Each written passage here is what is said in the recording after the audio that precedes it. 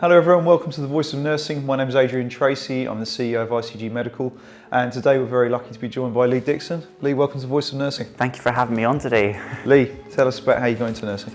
So, to make a short story longer, I didn't really especially when I was at school, think about nursing as a career. When I was 16, I was adamant I was leaving school at the end of my fourth year, and I was going to go to college up here and do my training to become a fitness instructor. So that's kind of where it always came from, and I suppose I've always had that kind of health background, and I've kind of always enjoyed that. It was after sort of a few years of doing sort of different courses at college and just going sort of about that, I kind of got to a point when I was just like, well, where's my HNDC going to take me? And I was thinking of going to university to do something like sports science or coaching or something. So I was always going to have that element. And then on my HNC course, one of my colleagues was actually thinking about going to do physiotherapy. And that's kind of probably where sort of thinking about doing a health related degree sort of came from. And I looked about the professions, and of all of them, I was thinking like physio was where I want to go because I got good grounding in that. Nursing was the one that stuck out quite oddly enough, and it was a weird one. I couldn't really put my finger on it. So around sort of the November time, I went to an open day at a university, and my mum kind of just nudged me and said, "Why don't we go look at mental health nursing?" And I was like, why are we doing that? And she was like, "I don't know, just go look at it." And so we went to that sort of mental health one, then we went to the adult nursing in sort of briefing sort of thing, and that sort of sparked my interest in that whole process. After that, it was kind of like, well, let's begin the application process. And I didn't take it on that year. I decided that I was going to do my HND, so I went to do that. During that year, I really started to think, well, where am I going to go? And I was definitely set on nursing. However, I let my sort of fitness colleagues at the time sort of just say, kind of give me a bad impression of what nursing was, and sort of say, nursing's not that good, you're going to be cleaning up vomit, you're going to be doing all this horrible, nasty stuff, and it's just like, you know what, I let them kind of give me a bad impression. So I applied for both podiatry and physiotherapy because there was a sports medicine component, and if I wanted to, I could specialise that in the future, and I thought at least I have that background and that grounding in it. So I went on and did a year of podiatry, absolutely loved it, but I kept talking to my colleagues about it, saying that I was thinking of applying for nursing, and when I was kind of talking about that, I kind of knew that my future in it wasn't going to be long. I went into my second year. Sadly enough, I became quite unwell and I had to leave the programme due to those reasons. But that after a while, I thought I'm going to reapply for nursing that following year, and I've not regretted it. I went into adult nursing and I've no regrets of how I got into it. I think another thing that got me into nursing is that my mum had a lot of friends who were nurses as well. My mum's not a nurse, by the way, but their friends kind of had an influence on how I got into it, and I loved hearing their stories about what they were like, and I just thought that sounds so cool, an interesting job. And that's kind of how my story of getting into nursing is. It's quite a long story. And where are you now in your studies? So I'm just entering my third year of my degree now, which is absolutely scary because this time next year I will be hopefully a qualified nurse, and that is the scary part. No, you've achieved your degree and you get your job, it'd be great. Yeah, it's just one of those little things, you're just kind of like, oh, this is now the reality setting in, because 2 years ago when I started first year, I thought this is going to be a long time, and honestly 2 years have flown by, and I can't believe that I'm starting third year and I'm like a senior student now, and I'm like, this is the big stuff now. And tell us about the degree, because a lot of people don't really understand that a nursing degree isn't quite like a normal degree.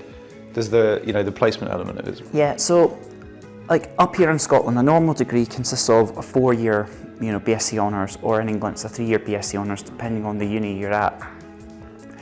So the degree course is quite different in the sense that we we are in university longer throughout the year. So instead of being in university for something like maybe 30 weeks of the year, we're in for 45 weeks of the year, roughly. That's kind of how it works, give or take. So that means where lots of students stop for the summer and have like 12 weeks off, we're in over the summer, either in university or out on clinical placement. That is the sort of typical element of the programme.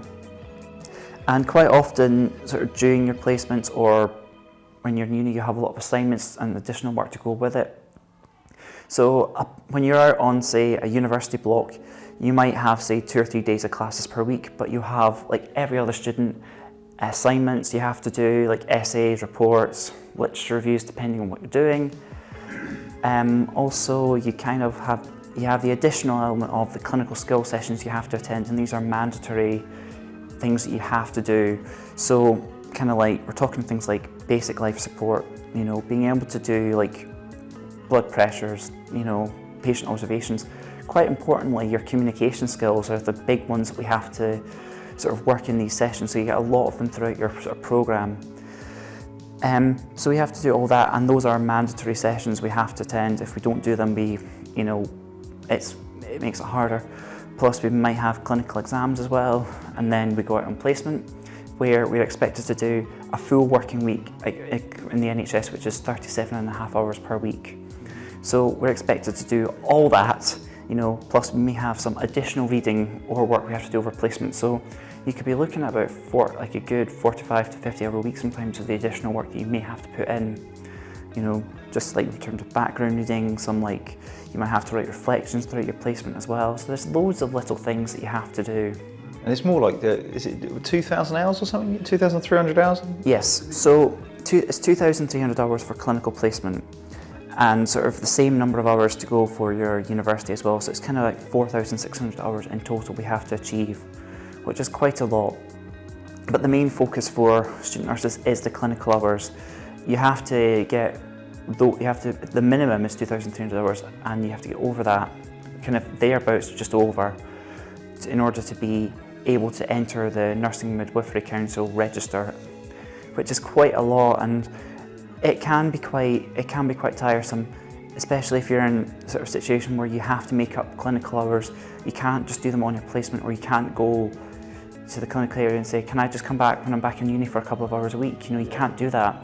You actually have to have a block of time where you have to make up the hours, or you may need to make them up on a later placement, which can add to, you know, delays in maybe getting your qualification, your registration, which is just quite adds that stress element as well. No, I agree. And you mentioned, you were quite, kind enough to share with us that you're autistic. I am, yeah. So if people have seen my YouTube channels, I'm quite open. We'll come to YouTube. Yeah, we'll come to that. If they've seen that, they'll know I'm quite open about it. Same on Twitter and Instagram. I'm very open about it because I'm very much quite passionate about, not raising awareness, because we're already aware of autism, but it's raising acceptance. And a particular interest of mine is, being able to talk about it in the clinical areas. And I've had challenges with my, placements before where I feel like maybe I have some, extra challenges where I have to, sort of maybe work harder, sort of my communication. I have to think a lot more. I'm an overthinker. I'm very focused on details, and I've been told quite a few times in the past, you need to be less focused on this and look at the broad picture, which can be hard, because being autistic, you can have special interests or highly focused interests on particular things. Sometimes they're good, for some things, but for other things you need to sort of draw back, and there's been a huge learning curve with that. And on placement, it's really difficult to sort of sometimes separate that.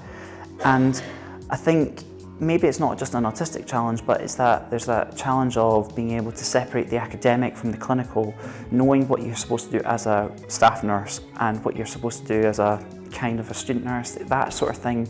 So how you kind of separate the two is quite difficult, and for probably what would be for more sort of neurotypical, someone who's non-autistic.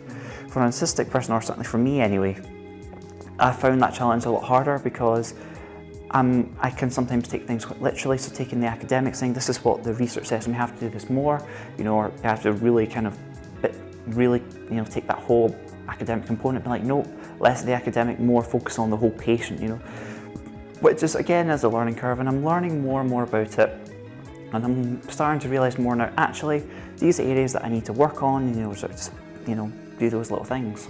It shows a level of maturity that you know what you've got to work on, but also an element of, I think, loads of people follow the book, don't they? You know, think how you do a driving test. Yeah. You know, you're driving one way, you know, the next day you're driving a completely different way. You know, God knows how any of us would pass a driving test these days. Yeah. You know, so I think most nurses have that. They have to learn from the senior, you know, the senior nurses. It's how they develop their experience. It is, yeah. And I think, you know, I've had really good feedback from some mentors recently where they've said, you know, nothing is beyond me, you know, but it might just be, it'll be more of a challenge to get there. But I've got great support from my friends I've made at uni, you know, from my faculty as well, and just my family as well, you know, and they're just been really, really supportive, and I know I can achieve this, you know, it's not impossible, but it's just going to be a bit more challenging. Come on then, tell us about your YouTube channel.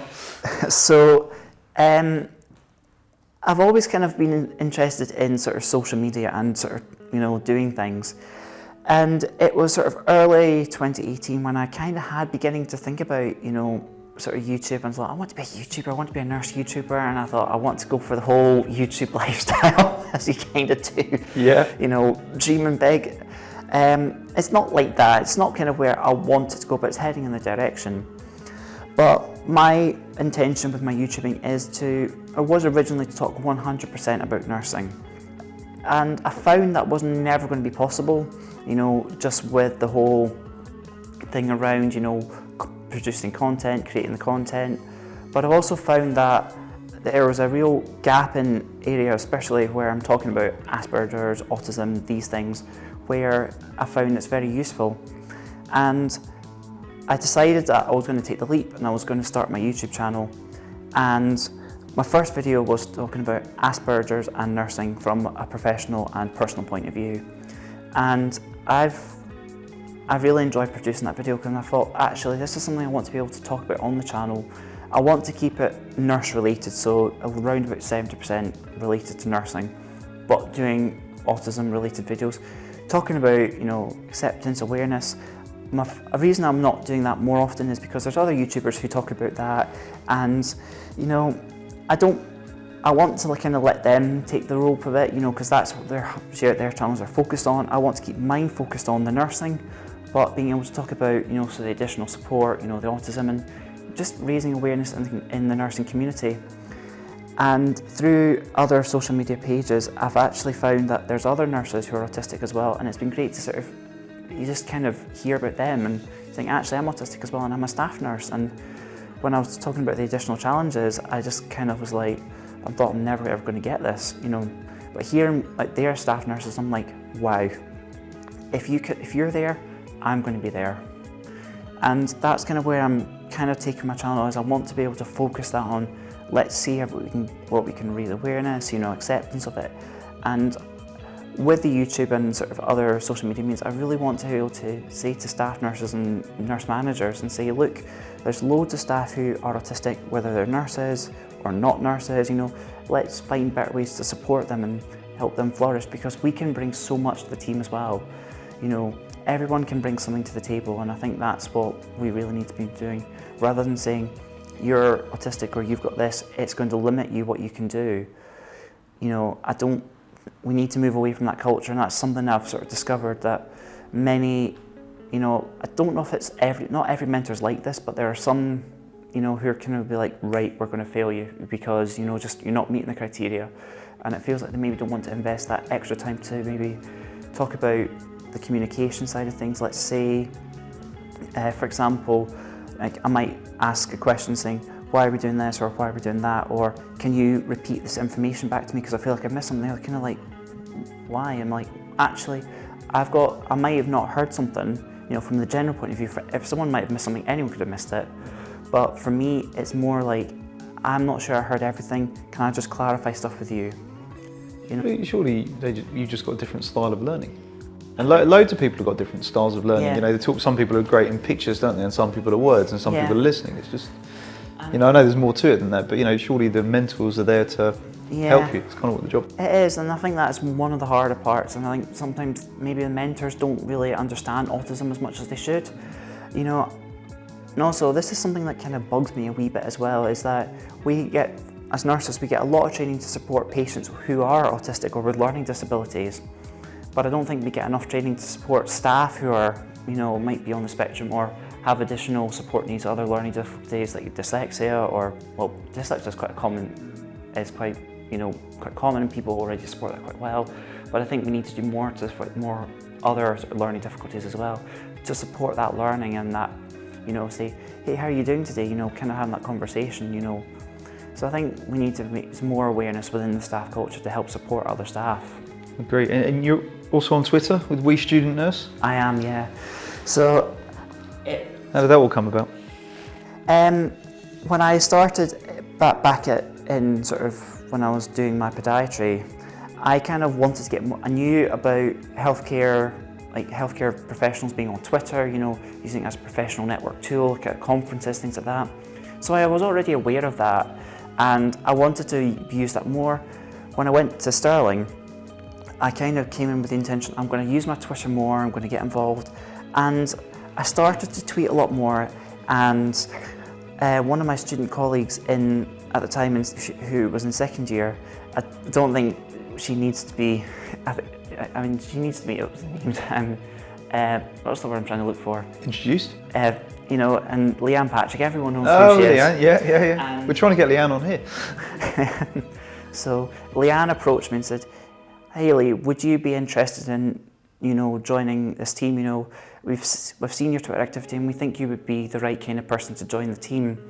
And I, you know, put a bit of thought into it and I said, yes, I would be interested, not knowing what I was getting myself into at the time, because I kind of had to learn a lot about we communities, what we nurses did and what we student nurses was, you know, coming to be like. I came onto the team before we launched, so I wouldn't say I was one of the founding members, you know, but I was certainly an early team member to be recruited, and I absolutely loved it. You know, I've really enjoyed it, and it's been really good, you know, to help grow the team, and I found it as a really good professional networking tool, you know, with, you know, other people as well. And the handle itself, what's it all about, this We Student Nurses? You know, for people who don't know what it is, it's at We Student Nurse? Yeah, at We Student Nurse, yes. So We Student Nurses it's mainly we kind of picture ourselves as a peer support network for people at the first and foremost, but we also, kind of very similar to We Nurses, we do a lot of tweet chats. We try to do one a month. We have another sort of more informal chat called a tea brief, which is something we do in the month as well.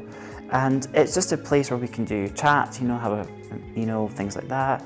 And we are very active on the account every day, 7 days a week. You know, we're not 365 days a year. We do take time off at Christmas and a bit in the summer as well, because self-care is important, and as much as we love tweeting, it can become a bit tiresome and we do need to take a bit of a break. But when we've got a huge team, we can rotate the days, which is really nice. And it's just great to have that peer support, you know, and be able to chat with people. It's just something we've really enjoyed. So you tweeted your goals for 2019, putting them out online. You know, is that you getting support from them? Has that made you more motivated to hit your goals of 2019? And it's a pretty, you know, brave thing to do. Yeah, for me, I decided to do that because I felt like I was kind of struggling with my academic work a wee bit, and I was just getting a bit deflated, and I thought, you know, what do I want, you know, rather than me writing New Year's resolutions, I thought, because I've heard other YouTubers talking about this, and I thought, you know, goals are better than resolutions, as resolutions are easily broken. And I thought, well, what do I want to, when they were talking about what do I want to achieve for 2019, and I thought, that's something I'm going to do. And the main ones, like in there were, I put 5 out, the main one was less negative self-talk and say I can do it more. And I can certainly say in my last academic block, you know, with all my assignments and essays, I really put those principles into action. I said I could do it, you know, and I did, and I achieved it. And I felt like I achieved the impossible almost, and that has really motivated me to be the best version of myself as I can, which is another goal I kind of put out as well. you know, something that I really enjoy. Good for you. And obviously you're coming into your third year. You mentioned you're a senior Yeah. student now. What does the future hold? Have you thought about which path you're going to take? There are many paths in nursing. To be honest, you know, when I started first year, I wanted to do oncology nursing. I've had a placement in oncology and I have loved it, but I've done things like, you know, been to rehab wards, stroke, you know, I've done work on the staff banks, I've been to like surgical wards as well, other medical wards, A&E, you know, acute admissions, things like that. And I've been around and I'm like, help, I don't know where I want to go. And I've been in the community as well in placement and I'm just like, where do I want to go? And I'm so clueless of where I want to be, and I've said I want to be an advanced nurse practitioner now. My goal kind of changed with that, you know, and I'm like, do I really want to do all the things that I've said? So I'm kind of like, first off, I want to get experience as a staff nurse, whether that is as a community staff nurse or as a hospital nurse. I want to get a grounding first, just to sort of, okay, we're here, let's get the basics like the communication, the documentation, the patient assessment, care planning. Let's get these fundamental skills grounded first and a bit of confidence. You know, that's the first and foremost. And then let's move on to thinking more about where do I want to go. I'm kind of swinging to maybe working more towards if first year maybe in the private hospitals, because one of the things I'm really interested in is the offer of the preceptorship, but more so the opportunity that in their inpatient wards they have it's a mixed surgical, so you're not just getting like say orthopedics, you're getting like, you know, general surgery, ophthalmic surgery, gynecology, you know, you're getting a bit of everything coming in. So I think for me, if I want to do surgical nursing, it's kind of where I'm swinging towards. It will give me an idea of the speciality that I may want to go work in the future. But again, I'm really open to where I want to work, you know. I just want to be the best nurse I can be. You know, that's the easy thing to say. I think, you know, there's also, you know, an option of being a specialist staff nurse. You know, if everyone's moving off into specialities, you know, you still need those staff nurses that are on wards, and that may end up becoming its own speciality, I think, moving. Yeah, and I think that is something that we are kind of moving towards, you know, like more specialists. And I think we're going to talk about that in a wee while, aren't we? We are. And when you're looking at being a student nurse, you mentioned some of the challenges, but obviously the option in Scotland is you have the bursary still here. And obviously as part of the, you know, the We Student Nurse, you know, Twitter handle or whatever it is, you know, you must be coming across a lot of people, you know, especially in England, maybe student nurses who are struggling. It's not just, I would say, in England, it's, you know, Wales, Northern Ireland, and in Scotland, it's across the whole board. You know, I think regardless of whether you say, you know, we get the bursary, it's great, we don't necessarily need to pay it back. But again, you know, across the whole topic it's student funding. It's not, we don't get enough for what we do as a whole. And I'm very, very pleased that the Scottish Government has recognised that, and they've increased the bursary in Scotland this year to £8,100. Next year it will be £10,000 per year, which again, they're seeing that we do have a shortage of nurses, that they're investing in that. That's great. And it's really they're really wanting to bring that next generation of nurses through. And I'm very thankful that they've recognised that. And, you know, I mean, even if I was on a student loan, you know, I would still be in the same situation, you know, that I'm having to pick up extra shifts for work, you know, I'm having to do maybe find on like the staff bank or find work part-time, which is something that, you know, people can struggle with, you know, that's one of the big challenges. And student mental health as well is a huge one as well in that as well, like, you know, that kind of affected by the funding. Because the funding is quite low, you know, again, picking up extra work, you know, you start thinking I need to pick up my money, you know, people might have kids, a family, and then you've got all that added stress, and thinking, oh, I've got to do my uni work as well, I've got placement, and then it just builds up and up and up. And before you even start working. So that's just something that you know, I've certainly realised it's quite difficult. I mean, I'm lucky in that sense I've got good support from my family, you know, which are very good, and they help us with some financial stuff as well. But, you know, it's not a lot, you know, just to kind of keep us going just a little bit. But we're very lucky we've got that good support network, you know. But as a whole, the finances is a huge, you know, one that affects many students as well. It does indeed. And what do you think, looking ahead, what do you think the future might hold for nursing? It's an interesting one in terms of the future. I think, this is kind of related to why we are doing degrees, certainly. Nurses, as you've kind of said, they are becoming more specialists, and people are living longer. People are, have more complex conditions. They are living with, say, more than one. They might have diabetes, renal problems, going on at the same time. There's that example there. People might have long-term respiratory issues. Again, as I said, people living older, their frailty will be a huge one as well, and supporting that. And the nursing staff need to be able to have that extra training, that higher level, that higher knowledge base, and using the evidence base as well to support that. And nurses are going to become more autonomous and being able to provide that care. Again, within what we would know as nursing, we're not becoming more medical, and yes, there's that sort of prescribing advanced clinical examination element to the jobs as well for like advanced practice and other parts of the other specialists as well. But nurses will be taking more of that responsibility on and sort of leading that care. And I think that's where we're kind of heading to. That's certainly one thing that the future holds. I'm not going to lie, we all know that we are struggling to recruit doctors, surgeons and stuff, and nurses are going to take up extra roles in there to maybe plug the gaps. And I know we'll be saying it's not plugging the gaps, but the reality is that's kind of where there's those gaps. Nurses are going to take up extra roles.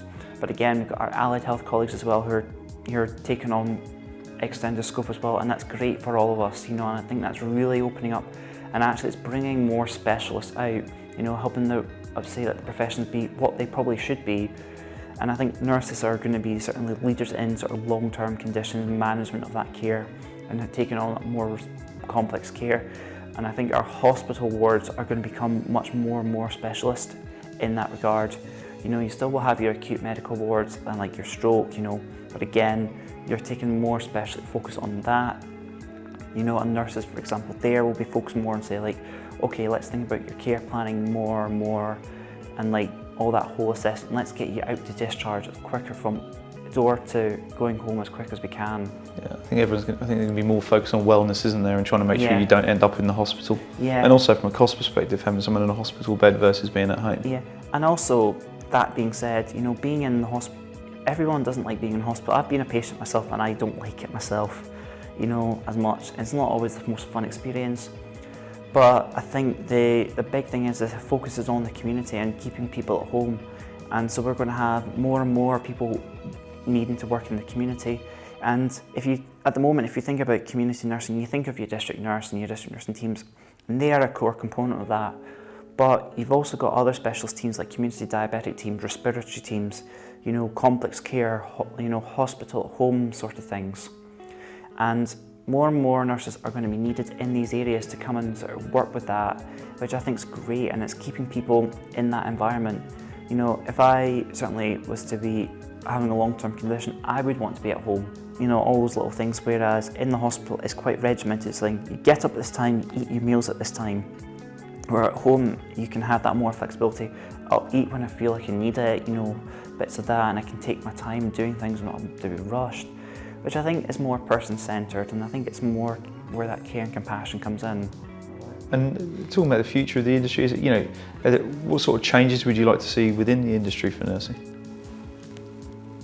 I think already at the moment we are starting to take on more technological based.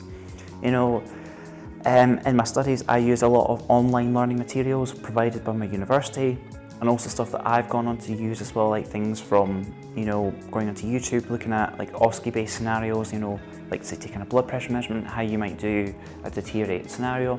I've also looked at all our online learning materials, but more so like in terms of like how we are doing like our patient documentation and stuff. At the moment we're a lot of paper based, which is great. However, from my point of view, from an environmental perspective, you're getting, if you use so much paper, it's kind of just building up and up and up. And there's that environmental impact, I kind of see that as something we need to do. But, the downside to having paper-based notes is they're all only in one place. So you might have them in the hospital or at a GP surgery or another clinic. And if you needed to access vital information, you have to go to all these places to bring them together, which is an issue. And something that I've really enjoyed, when I was on my community nurse placement with the district nurses, we used an online note software, which I absolutely love. And I admit my handwriting isn't probably the best, it's legible, but no one really writes anything anymore. I know, but yeah. But for me, I found typing up the notes was much more, much easier, and I could actually read back what I was saying much easier. But another thing that I've kind of come to enjoy with that is, at the moment we use paper-based care plan books in the area that I train, and they're good. However, the boxes are so small in them, you can't always see what they're trying to put in, and read stuff is quite difficult. And again, once you finish one book, you have to open another, which is a whole, other issue in itself. But again, it makes doing the care planning a bit more tedious, and it takes the enjoyment out of it. And care planning is a fundamental aspect of nursing care. I've found my own experience by doing it online, by doing it on the computer software, it's actually much quicker, and it frees up the nurse to do more of the care stuff that we came in to do. And actually, another advantage of being on, having it on a multidisciplinary software is that everyone in the team can see, whether that's the nurses, the doctors, or the GP in the community case, the physios, the OTs, people like that. It brings everyone together. Whereas in the hospital, you might access one thing, but only so many people can see it. By having access to the whole other area of information, everyone can see it. And actually, again, from a small thing like wound care, having all that online would make it so much better, because if in the hospital, a patient comes in from the community and they've got bandages on, you're like, what's their care plan? You'd have to ring up the district nurse team and say, can you tell me what the care plan is, what it is, and you may not get that information. By having it online, you can actually see it and make minor changes where required, and it makes it so much easier. You're not having to take that extra time to make that phone call, and it frees up that time, And I think if we can save a bit of time, like say doing the notes and all that online, we can free up more of our time to do the patient care that we want to do. And again, there's that cost-saving element, that nurses have more time for, care. Again, nurses are always going to be hard for time. We're never going to have enough time for our patients, but it might free up that little extra time that we need. That'd be great. And if you're thinking back, not that it was a long time ago, but what one piece of advice would you have given yourself before you'd started your nursing degree? Looking back on it, was there the one light bulb moment you were like, God, I wish I'd known this before I started? Oh gosh, there's so many. I think something that my last mentor had said is that nothing is beyond you. If you had spoken to my first year self, I would have said, I don't think I'll make it into second year. I'll be out before I know it, just because I thought I wouldn't be, with the difficulties of being autistic, having that additional challenge, I was not going to get through the year. I think that's what I would have said, and I think that's been a great piece of advice. Nothing is beyond you. I might need to work a bit harder for it, but I'm willing to put that extra effort in. Lee, thank you for your time today. Is there any message you'd like to give to our nurses watching? Oh gosh, again, there's so many messages that I would like to say, but I think, particularly for the student nurses, nothing is beyond you. It might be a good thing to start with, but most importantly is that you're entering such a fantastic profession, and at the moment we are in such an amazing time, where we need nurses, and there's so many opportunities for nurses to, go into. And nursing is such a varied career, because like I was saying, I'm so undecided where I want to go, because I want to go to so many areas. And I think that's the beauty about nursing is, whereas if I had stuck to being a fitness instructor or doing something else, you're kind of like, this is the kind of path you're going to follow, and it's harder to maybe go between different specialties. Whereas nurses, you could work within one specialty for maybe a couple of years and you're like, actually, I've learned all I can here, let me move on to my next specialty, and you can go do something completely opposite and then build your way up. You don't necessarily need to go down one route like advanced practice, management, clinical nurse specialist. You can kind of do all that. You can kind of go through the whole... Yeah, we've had many people on here, they've had various different careers, all in nursing. So I think, world's your oyster with it really in nursing, and you will never, I don't think you'll ever be completely satisfied where you are. You'll always think, actually, I want to go somewhere else, to really kind of, step out the boat and really go out your comfort zone. And then you'll find that satisfaction by going, to different places, and that's where, we can get that experience, and then we can take our experience from one area to the next, which might have huge impacts in changing the quality of patient care and improving outcomes massively. Superb. Lee, thank you for your time today. Thank you for your time. Thank you for watching The Voice of Nursing. Thank you to all our nurses, doctors, allied health professionals and carers that look after us all. We'll catch up with you again soon.